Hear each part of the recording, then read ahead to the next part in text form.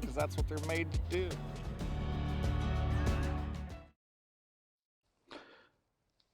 All right, guys, what'd you think about the intro? Let me flip my Instagram guys over. So Instagram, Facebook, we're going all at the same time.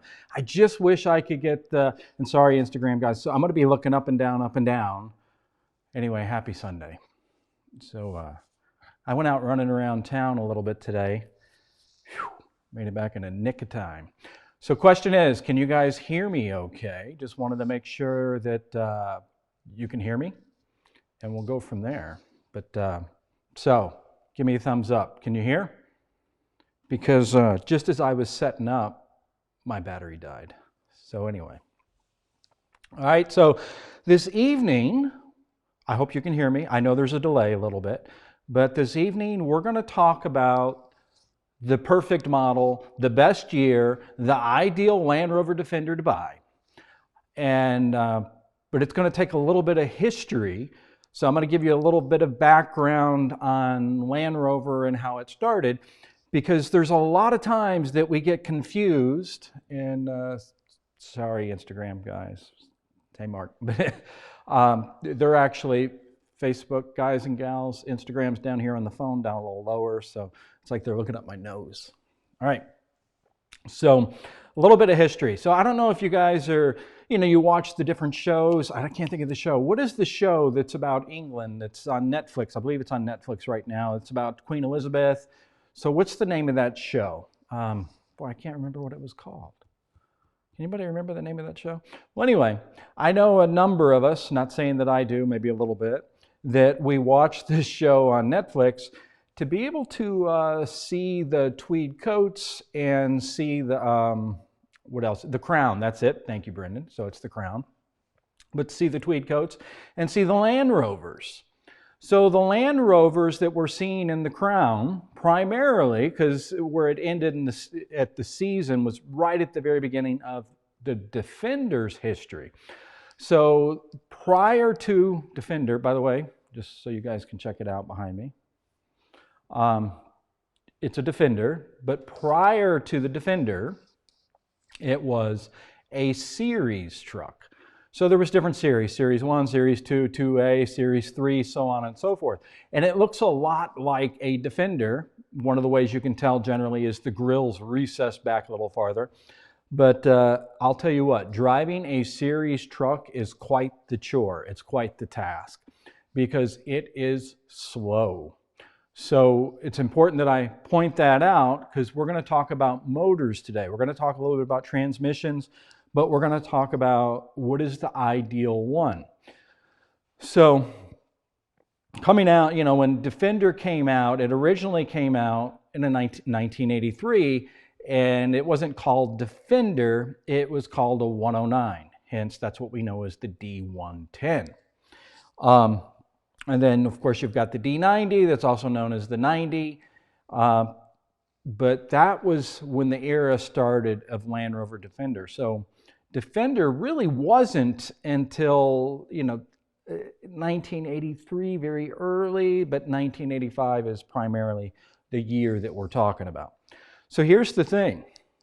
1985 until 2016, the body is almost identical. There was very subtle little changes, very subtle, and so subtle that you couldn't tell, I couldn't tell, from 1985 until 2016. So let me kind of put some clarity into this, though, because a lot of us know about the North American spec, the NAS version.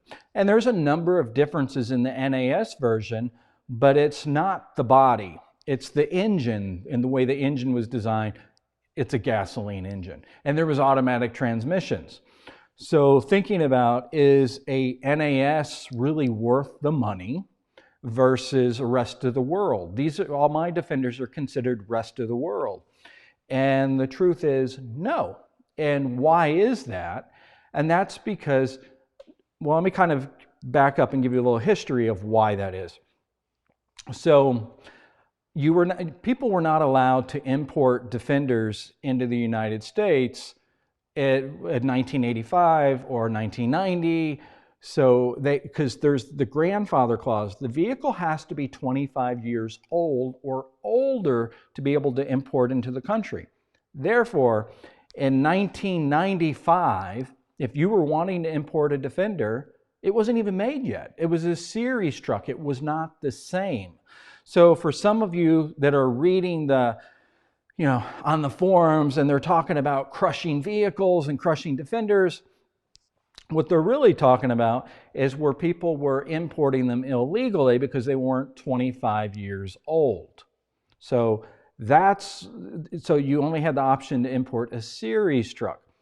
So Land Rover said, all right, well, we're going to start building trucks where we can actually sell them in the United States. And then that's where they started coming to the US. They were quite expensive. There wasn't many of them.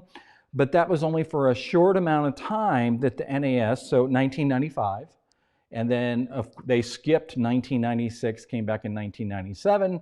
That's for the D90, and then they only had the D110 for 1 year. It was a gasoline motor because Americans are snobby and say, oh, I don't want a diesel, because we don't understand the value of a diesel and basically the cost of ownership of how low it is on a diesel. And when you don't tune up a diesel, there's no such thing as, oh, can I tune up my diesel? A diesel is an oil change, a fuel filter, and an air filter. That's it. Versus the gasoline job, you have, depending on what year, and we'll get into this, depending on what year, you might have what's called points in the ignition. So the points have to be adjusted. You have to make sure that the settings are right. You're using your little feeler gauge to make sure that it's at the right setting. It could have a carburetor, which they did. Not diesels, but gasoline jobs have a carburetor. So you got to make sure that the carburetor's adjusted right. And if it's a different elevation, then it starts to cause problems. So that's what was happening with the NAS, and that's why they were bringing so much money. But today, there's no reason to pay that kind of money for an NAS version. It doesn't give you anything. In fact, it takes away from the rest of the world version. And when I go through the motors, you'll understand why that is a little more.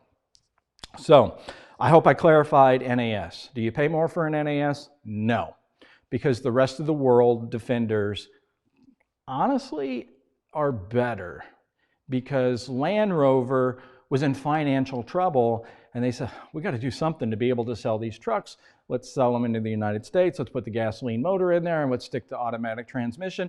And those are the videos that you're watching on YouTube where the guy's got a Defender in the parking lot and he's outrunning it because it's so slow. Because anytime you put an automatic transmission in one of these, it does really slow it down. It bogs it down. It's just not designed for that.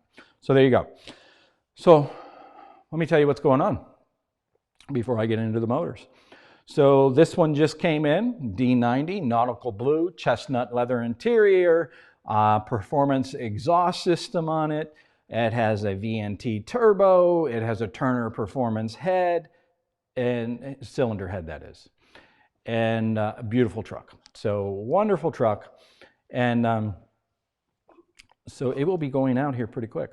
And so coming up though, I actually got notice this morning that I have two Defenders at the port that will be here really quick. I'm not going to tell you what two they are. You just have to wait until I go live. That you guys know I go live when David pulls up with the transport vehicle, and we stand out there, and I usually freeze and we wait for him to unload the vehicle, but there's two of them. And then so those two are coming in. That should be probably this week. I'm going to have those two in here. And then I have more on the way. I actually have, let me think, how many more do I have? I have that's rolling in, that's on the ship. I have three more. I have three more that are going to be here pretty quick. So things are going well. All right, so let's get into it. So I mentioned 1983, and so 1983 is when the Defender came out. The Defender in 1983 had what was a 2.5 liter diesel, and you're going to hear that number 2.5 over and over again. So here it is, 2.5 liter diesel motor in 1983 and 1984 was what that motor was. And if you see me looking down, I'm looking at Instagram here. But anyway, so here's the thing. It did not have a turbo. So no turbo on it. It was noisy. And when I say 2.5 liter, it's a 4-cylinder from 1983-84. So it's a 4-cylinder diesel motor with this. And let me explain. I get asked this a lot. People will ask me all the time, hey, what's the horsepower? Horsepower is not how we measure a diesel motor. We measure a diesel motor in torque. So think about that. So torque is the pulling power. And you guys have heard me say this before, but the Defender was built as a utilitarian vehicle. It was built for farmers. And just want to make sure my mic didn't drop. So it was built for farmers. It's a farm truck is what it was. So what you wanted to be able to do is put your sheep in the back and haul your sheep around, or pull a stump out of the ground, or, you know, and then a little later on in its life, people said, you know what, this is a really practical vehicle. I can haul my family around in it. So a Defender is really classified as a station wagon. It is the original minivan. So moving on, with that 1983-84 2.5 liter diesel motor, it had 59 brake horsepower. Again, 59 horsepower. I'm sure some of you guys have riding lawnmowers that have almost that, to be honest. But the torque was 100 foot-pounds of torque. So not bad for torque. I mean, that's like modern day cars are around that. So that was 1983-84. So is that the ideal Defender to purchase? Probably not. Because that is the one that's really slow, that you could put in the parking lot and you could outrun it, because it really is so slow. And just because I say 1983-84 doesn't mean it's a bad Defender, because somebody could have swapped that motor out later on. I mean, I had and I'm going to get into this, but I had a 1985 that had a 300 TDI, but that's because the motor was put in after the fact. So again, the bodies don't matter. Moving into 1984, there was from 1985 to 1994, they also had a 2.5 liter gasoline motor. So gasoline motors, not really popular in Europe, not a lot of them out there. The benefit of them, though, is they're quiet, but the bad part is they're very underpowered. So the gasoline motor, underpowered, it got pretty good gas mileage. It got around 20 miles per gallon. But the diesel motor in that time frame was the better value, because it got in the upper 20s, like 27 to 30 miles per gallon, or, well, yeah, per gallon. We won't talk about liters. So the diesel was the more desirable one from really the 1983, 84, 85, 86. And the diesel in any of the Defenders is pretty much more desirable. So if you see a gasoline one, oh, I'm going to get the gasoline, that's going to be more desirable. If you want it, get it. If it's important to you, if you like it, you should get it. Don't worry so much about the resale value, but worry about the drivability. Is it going to be comfortable to drive? And that's the thing that you really want to focus on is, am I going to be, because if you're driving one that does not have enough power to it, it really is tedious to drive. It's tiring to drive. And trust me, I know that our first Defender, and well, do you guys ever get in the vehicle, get in your car, and you set your GPS and it says you're going to be there, let's say at 6:15, and then you try to take minutes off of the time?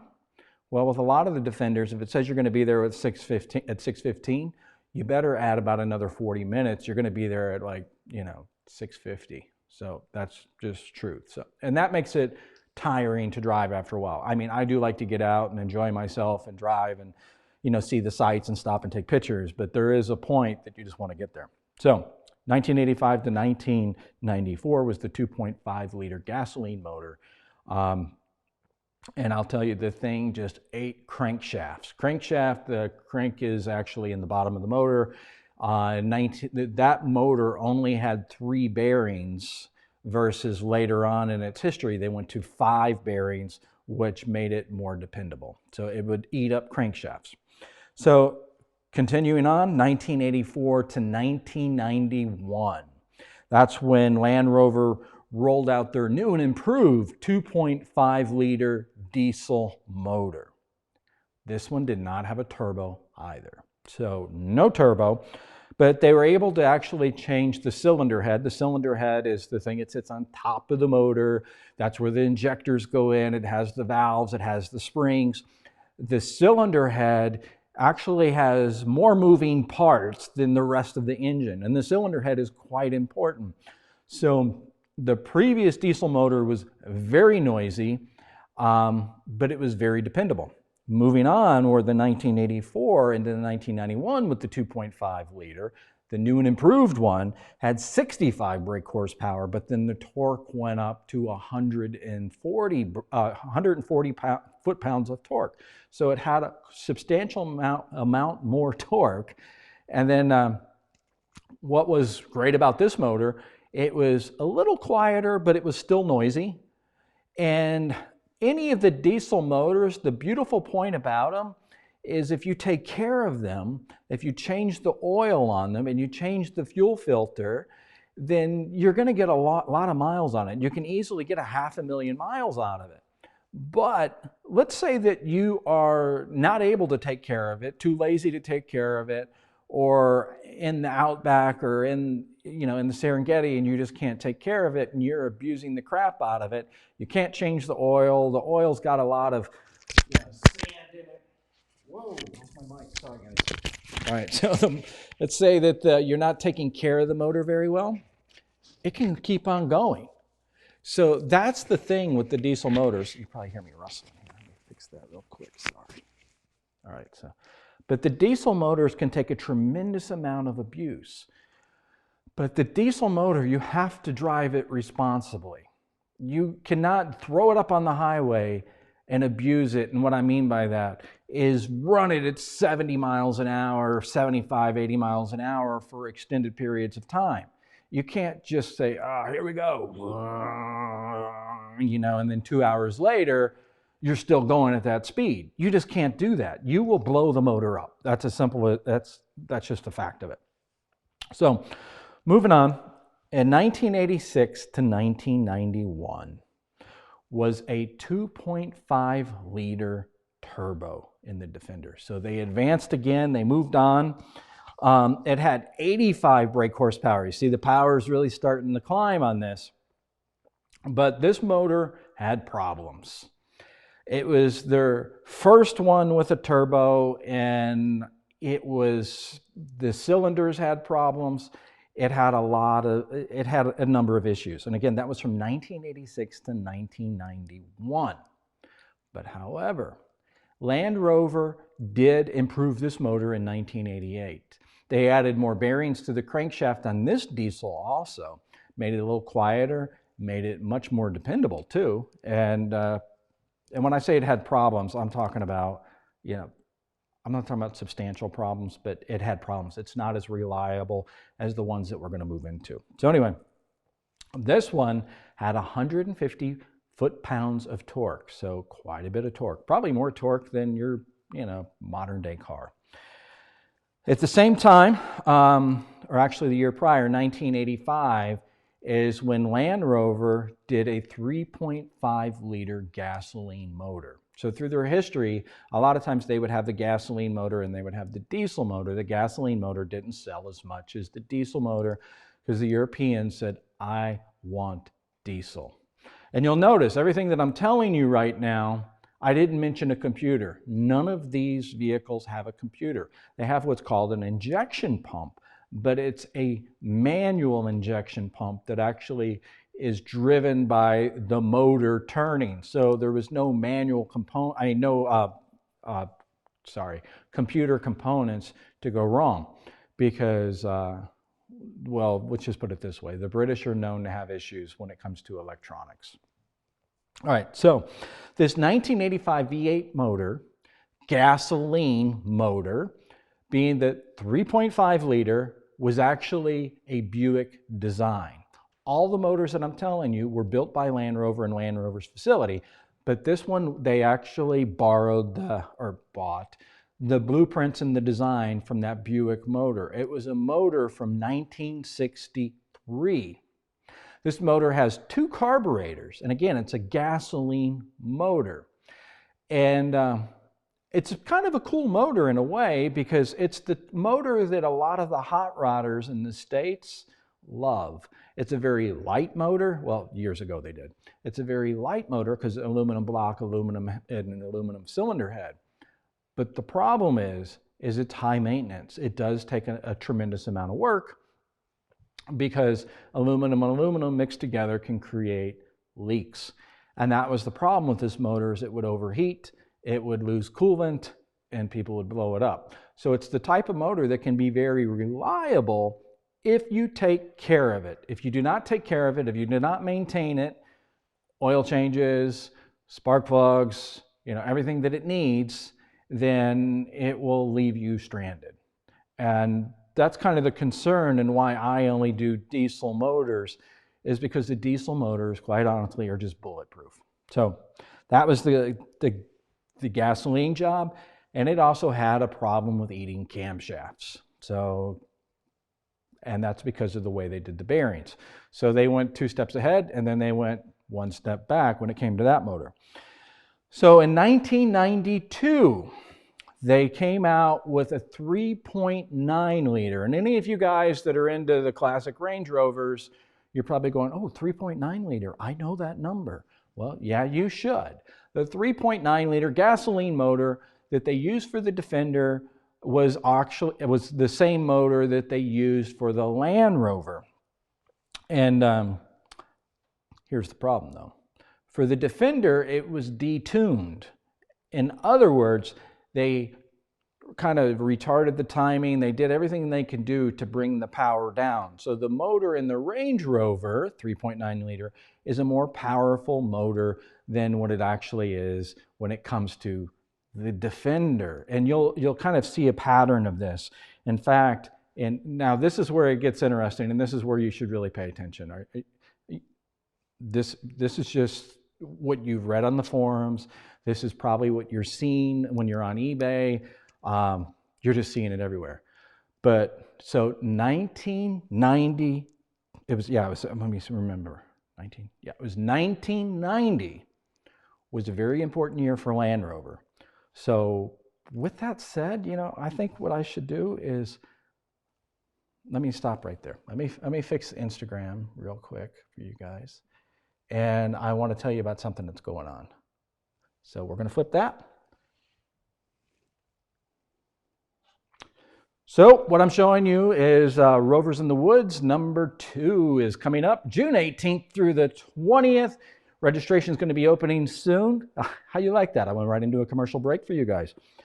But I am going to announce it soon. I was originally going to open it up on January 18th, but I'm going to hold off just with everything that's going on right now. But it's in Sharon Springs, New York, and I want you guys to come out. But if you're going to come out, you better go ahead and book your hotel, because I will tell you it will fill up, because it filled up last year, and we've had a tremendous amount of interest in it. So there's that. But tremendous amount of fun. We have axe throwing, we have skeet throwing, we go out on drives. This year, I think we're even going to have a band, so we'll see about that. We have barbecue. We just have a lot of fun. You do not have to have a Land Rover or a Range Rover. I mean, there was people that brought Toyotas and Lexus and even BMWs. I'm just teasing. But anyway, I hope you guys mark the calendar and come on out, and let's do that. So, all right, let me go ahead and flip the camera back. So, Instagram guys, Facebook guys, you're getting a much better view than the Instagram guys, because I'm just flipping the camera and I'm pointing it at the screen for them. So anyway, I told you that 1990 to 94 was an important year to Land Rover. And why that is that's when it was, guess what it was? It was, I know, that was so corny. Anyway, that was the 200 TDI that came out. So the 200 TDI was a very important motor to Land Rover, because people are like, wow, this is a much improved motor. It was quieter than the rest of the motors. It was super dependable than the motors. It had a turbo on it. Garrett was the name of the company that made this turbo.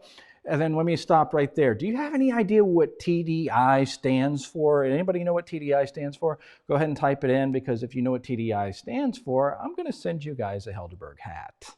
So I'm going to give you a minute. I'm just going to pause there because I've been going, but who knows what TDI stands for? So I'll just kind of let it sit there for a bit. Anybody, anybody, anybody?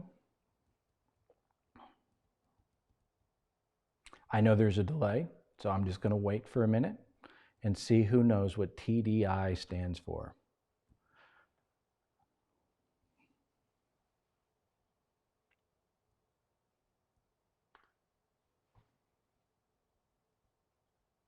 Okay, the answers are rolling in on Instagram. Come on, Facebook guys and gals. No answers from Facebook side.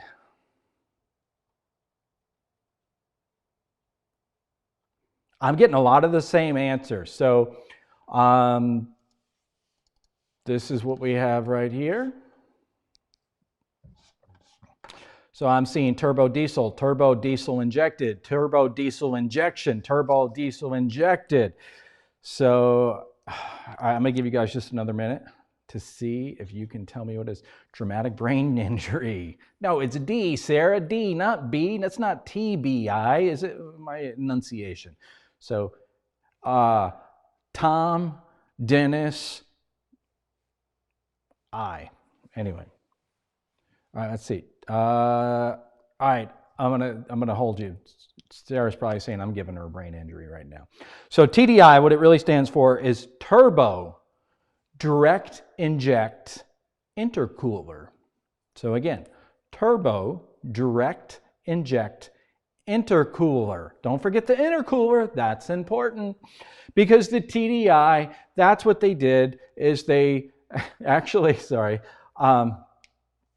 What they did is they improved the cylinders on the motor, made it a little quieter, gave it more power. It's so horsepower, because I know people are still gonna ask me about horsepower, but they gave it more torque, more brake torque, made it a much nicer motor. So turbo, the TDI from 1990 to 1994 was a 200 TDI. So if you're shopping for a Defender, don't hesitate on buying one with a 200 TDI. Don't go, oh, I gotta have the 300 TDI. So the 200 TDI is extremely reliable. It actually has a timing belt versus a timing chain. Not that that's bad, but the maintenance is easy. And why people love the 200 TDI so much is you can really, and yes, I'm scratching my nose, but you can fix it anywhere. And you can go and get it fixed anywhere. You could take it to the local tractor mechanic that works on John Deere, and they can fix any of the diesel motors, and they can even fix the 200 TDI with the Garrett turbo in it. And there's a number of components that you can add to this motor to get a little more oomph out of it. I mean, it's so easy to work on. Parts are affordable and great motor. So that was from 1990 to 1994. And then at that same time, starting in 1994, at the tail end of 1994, they developed, guess what? The 300 TDI.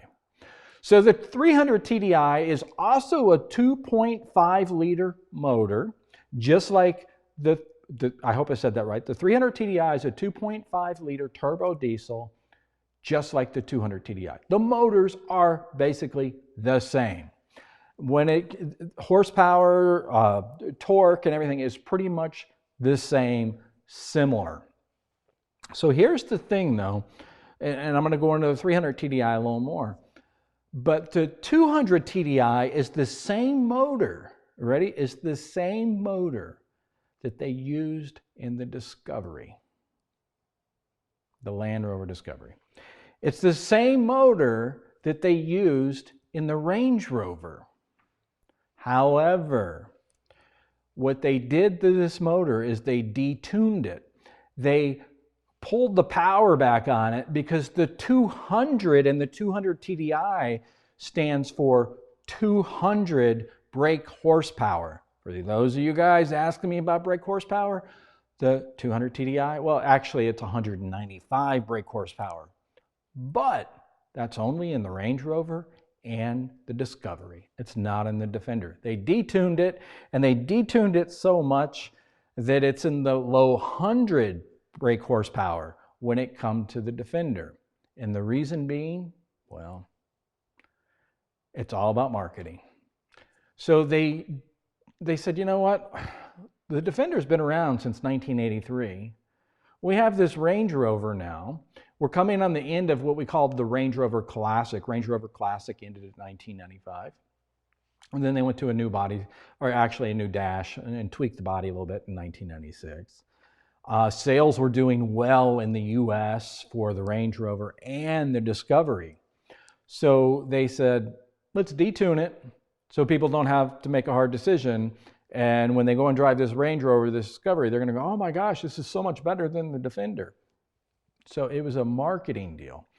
Land Rover started to change their production in 1996. And what I mean by that, in 1996, they slowed down on the number of Defenders because this vehicle had already been built in the millions.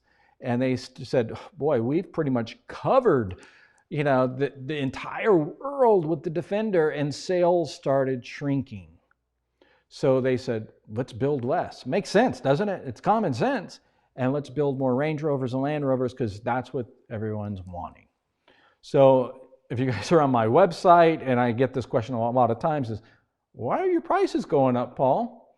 Well, because now I am buying trucks that are 1996, because it has to be 25 years old to come into the country. I'm buying them in 1997. I'm buying them in 1998. So I've got trucks that can come into the country in 2021, 2022, 2023. So it's a supply and demand issue is what it is, that there's fewer trucks to buy, fewer Defenders. So my prices have to go up on my website because when I'm showing you the custom build, and a lot of times when I'm building for someone that they ask me, well, what year Defender am I going to get? And I'm like, well, you're going to get a 1995, and they go, oh, is there any way I can get a 1997? And I'm like, oh, there's no difference, trust me. But that's part of the reason. The other reason is too, there's just fewer to buy. Because if I'm trying to buy a 1995 Defender, they've already been picked through and they're in bad shape. So anyway, so that's what it was. It was a detuned motor for the Defender. The 200 TDI is a great motor. Moving into the 300 TDI, the 300 TDI improved on the 200 TDI in the sense that it's quieter. I'm hearing static, so hopefully you guys aren't. It's a quieter motor. It's a little cleaner running motor because they changed the cylinder head on it. So good motor. 300 TDI, 200 TDI. So if you're shopping for a Defender, do you guys have any idea what year you want to be looking at right now? Yep, you got it. 1990 until 1996. Those are the ideal years. And I say that, you're probably saying, well, why can't I get a 1997? Well, because it's not 25 years old. So being that we're in the United States, we have to actually take what we can get. And the newest we can get right now would be one that was manufactured in January of 1996. And it has to be to the day. So you find one that's January of 1996, you can import it into the United States as here it is, January of 2021. However, if you live in Canada, Canada does not have the 25-year grandfather clause. They have the 15-year grandfather clause. So let me talk about that for a minute, because where I mentioned the 300 TDI, the 300 TDI and the 200 TDI are highly desirable throughout Europe. They are highly desirable, period. And that's because the 300 TDI is the end of an era. The 300 TDI had no computer, no electronics, no Lucas, nothing. It's a mechanical driven motor. The injection pump is mechanically driven, no computers. Therefore, it can be fixed anywhere. The cost of ownership is really low. Maintenance is really simple. It is a highly dependable motor. And you've heard me say this before, at least some of you have. But Land Rover received a bad reputation because Land Rover started doing more of their fuel injected, where they were doing the fuel injection through the Lucas electronics. And that's where they started to have problems. But they started to do other things like power seats and power sunroofs and all of these weird things that they really didn't think through, and they were driving this by Lucas Electronics. So where you hear, oh, it's undependable. Yeah, the Land Rover Discovery and the Range Rover is undependable. It creates a tremendous amount of issues because of the electronics. They have electronic gremlins in them. And I will tell you, to this day, even though the Defender ended in 2016, and then they went through ownership of Ford, they went through ownership of BMW, and now they're owned by Tata Motors. And in fact, the new Defender, the 2021 Defender, 2020 Defender, I forget the country it's built in, but it's like the third poorest country in the world. And that's where they're building it. So I kind of really wonder about the reliability of that.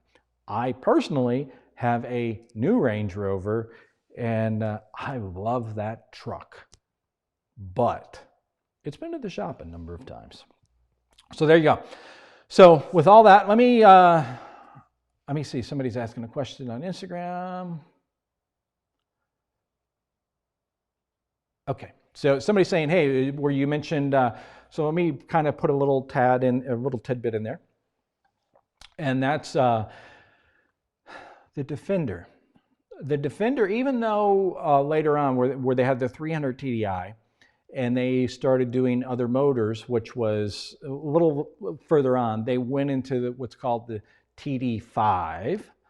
The military said, we want the 300 TDI. I know I hopped around. I hope I didn't lose you guys. But Land Rover Defenders are used in Europe. If you go to Europe, you will see they're used by the military throughout the world. They're used as ambulances. They're used as taxi cabs. They're used as fire trucks. They're used as tow trucks. So you have to think, if a Defender really is unreliable, for those people that want to get, oh, it's unreliable, it breaks down, I'll take a Toyota. If it's unreliable, why would they be using it for the military and fire trucks and ambulances? And so just think about that for a minute. All right, guys. So guess what? I'm not ending yet, but I do have something for you. I want to talk about some. Let me move my Instagram peeps. Hey, Instagram guys, go check out Facebook too, because I have the video on there. So let me go here. Let me flip this, and I will be back in just a second.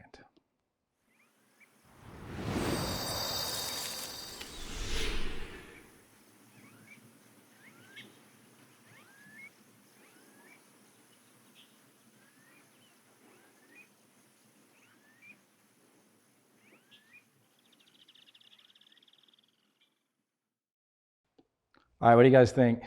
I got a little carried away on the graphics here using this new program on Facebook. And so let's talk about some gear. I know that's important. I talked about this before. I'm going to talk about it one more time. I want you guys to see it because I absolutely love it. So for my Instagram friends, let me get you a little closer to it so you can see it. There it is.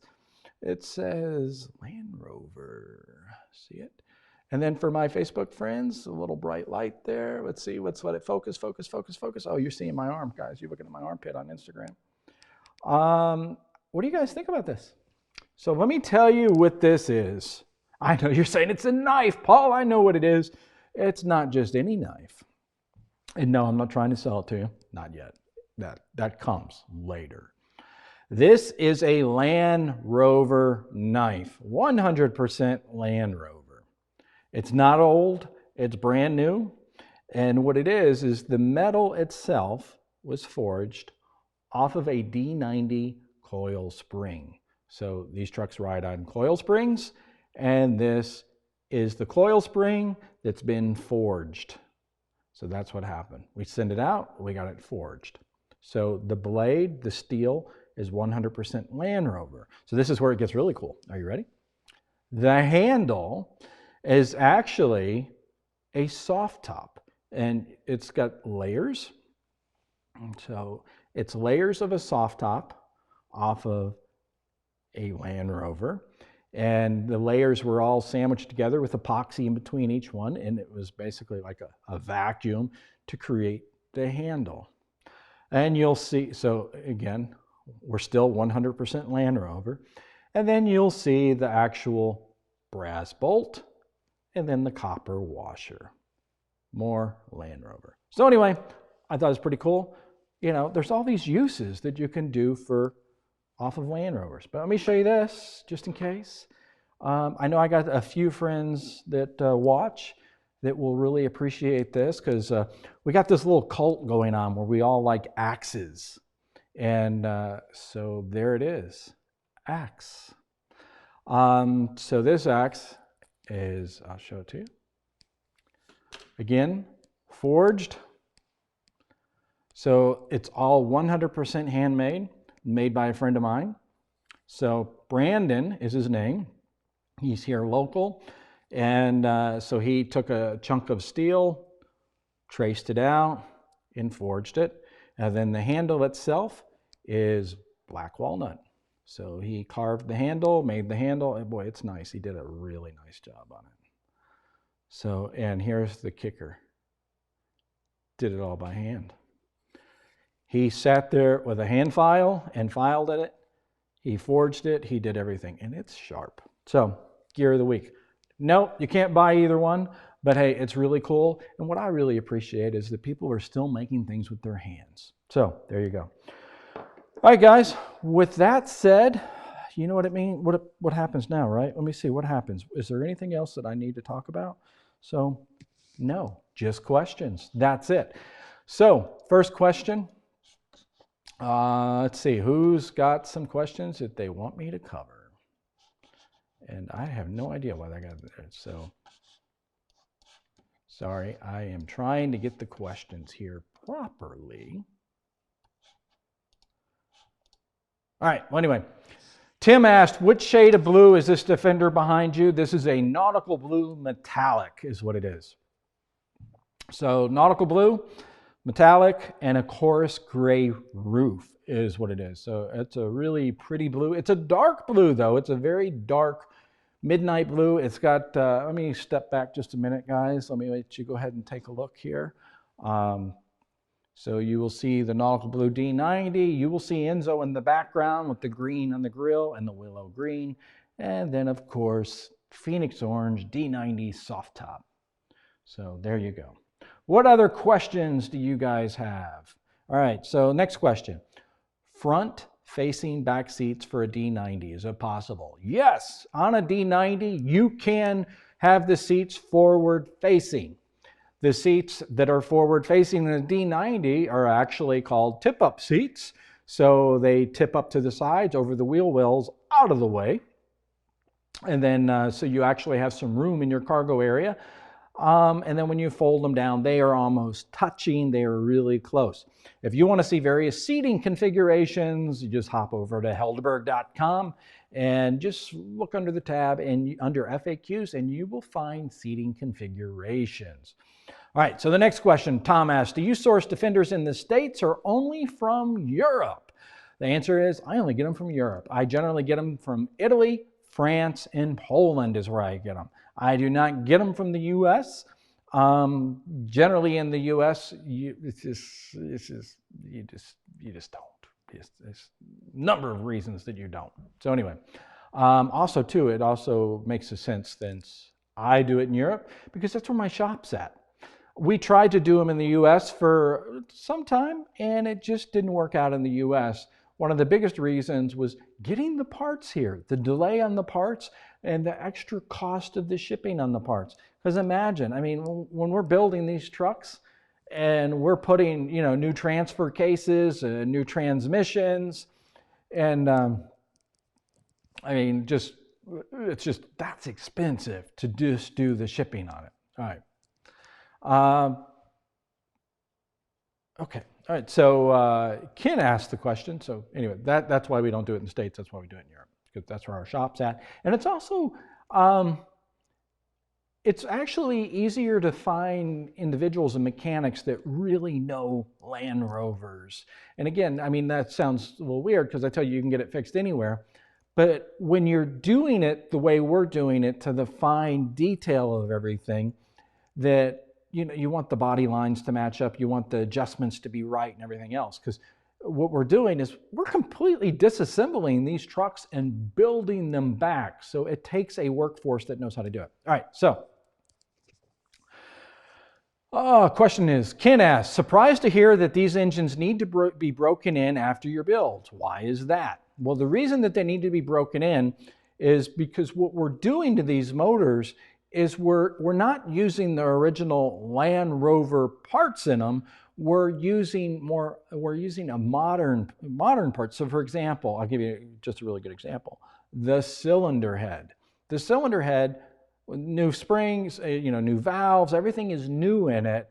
And if you get it up on the road and wrap it up and just go, it's not breaking the motor in. Same thing when it comes to the pistons. You've got to give it time for the rings to settle in, because it's just like buying a brand new vehicle. You buy a brand new vehicle and it has the little sticker on there, go through a break-in period. So you don't want to wrap up the RPMs like it, 65, 75 miles an hour, where that motor is going, bah, bah, bah, bah, bah, bah, you want to ease it. You want to vary your speeds and all that. So you want to make sure that the sleeves of the cylinders are being broken in at a nice, even, smooth pace. So there you go. All right, so here it is. Any other questions? All right. No questions, guys? And I know there's a delay, so I'm going to give you a minute on that.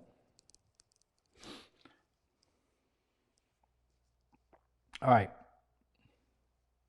Thank you, Andrew. Andrew said on Facebook, always super informative, and enjoy this on Sunday evenings. Cheers.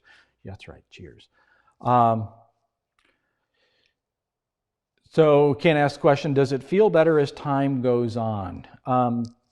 Yeah, I mean, because the motors, when they're originally, when the bearings are new and all that, the motor's it's tight.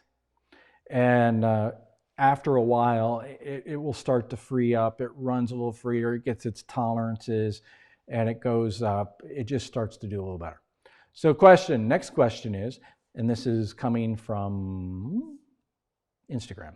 How reliable is the 3.9 liter V8? It's a reliable motor. If you take care of it by maintaining it, it's a pretty reliable motor. However, it does have a carburetor, it does have spark plugs, it does, so it has all of these things. And then, so just take care of it. The diesel's cost of ownership is going to be much lower, and it's just a great motor. It really, really is. So Ken's clarified. He says, I mean, it does. So just so you know, guys, Ken is the individual that we built Santorini for. And so he got Santorini and he's been driving it for a while. So he says it has freed up. All right, so here, how often do you find these low mileage, very little used Defenders? Pretty often, because we're always buying them. However, let me clarify that. It's rare, it's super rare. And in fact, for 2021, I don't think I'm going to do any more of the Defenders that we just do the mechanical restoration on. Meaning like the one that I have on the website. Well, I say I don't think. Let me be honest. I'm not going to. I'm not going to do them anymore. 2021, and we're taking orders. We have a few build slots left for 2022, and we're already building for 2023. But I just don't want to do those. I just want to do it all. I want to build them all. And in other words, I want to do the full bespoke build because it's just less of a hassle. Because a lot of times what happens is I will sell the Defenders like I did last year, like the one I have on the website left. And after I do this D90, I'm done. But a lot of times individuals, and I'm just being honest with you guys, I'm being sincere and honest with you on that. As somebody will buy a Defender for the the $60,000 range, and then they're, and I know that's a lot of money, I really do, but it's not a 100, it's not a bespoke build, it's not a frame off build like we do. And it's just, you understand what I'm saying. I know you understand what I'm saying. So we find a lot of, well, we always try to, I wouldn't say find a lot, but any of the Defenders that we get now are going to be 100% bespoke built, because right now I have no Defenders. We've sold everything and we're trying to buy more. So that's what it is. Next question. Do you recommend changing the 3.9 V8 to fuel injection? Probably not. And I would say just find, because the 3.9 liter V8 in 1992 is a fuel injected motor. It already has fuel injection. Granted, it is Lucas is what it is, but just go with that motor on that one versus the earlier ones with the carburetors. So anyway, all right, guys, any questions, anything else, anything? And then I will give you a minute to answer that. Boom, boom, boom, boom. I feel like I need to do this. What do you guys think? Okay, all right, with that, it is 7:07. Thank you for hanging out with me. I am going to go into the house now, and I'm going to hang out with Christy, Lucy, and Leo, and Paco. Paco is my parrot. You guys haven't seen him yet, and he's probably not going to be any pictures upcoming anytime soon. The D90 Nautical Blue, you will see this up on the website here pretty soon, meaning that you will see this one is built, it's sold. This is Brendan's truck. It will be leaving here soon and headed to his house so he can enjoy it and love it. And I know he's going to be tickled to death with it. But you can see what the build looks like. You can see the audio system. You can see the paint. You can see the interior. You can see it all. So with that said, I am going to sign off of Facebook first, and then I will sign off of Instagram. Have a wonderful night. Have a wonderful week. And I will go live this week. You know I will. So I miss you guys. That's what it is. Talk to you soon.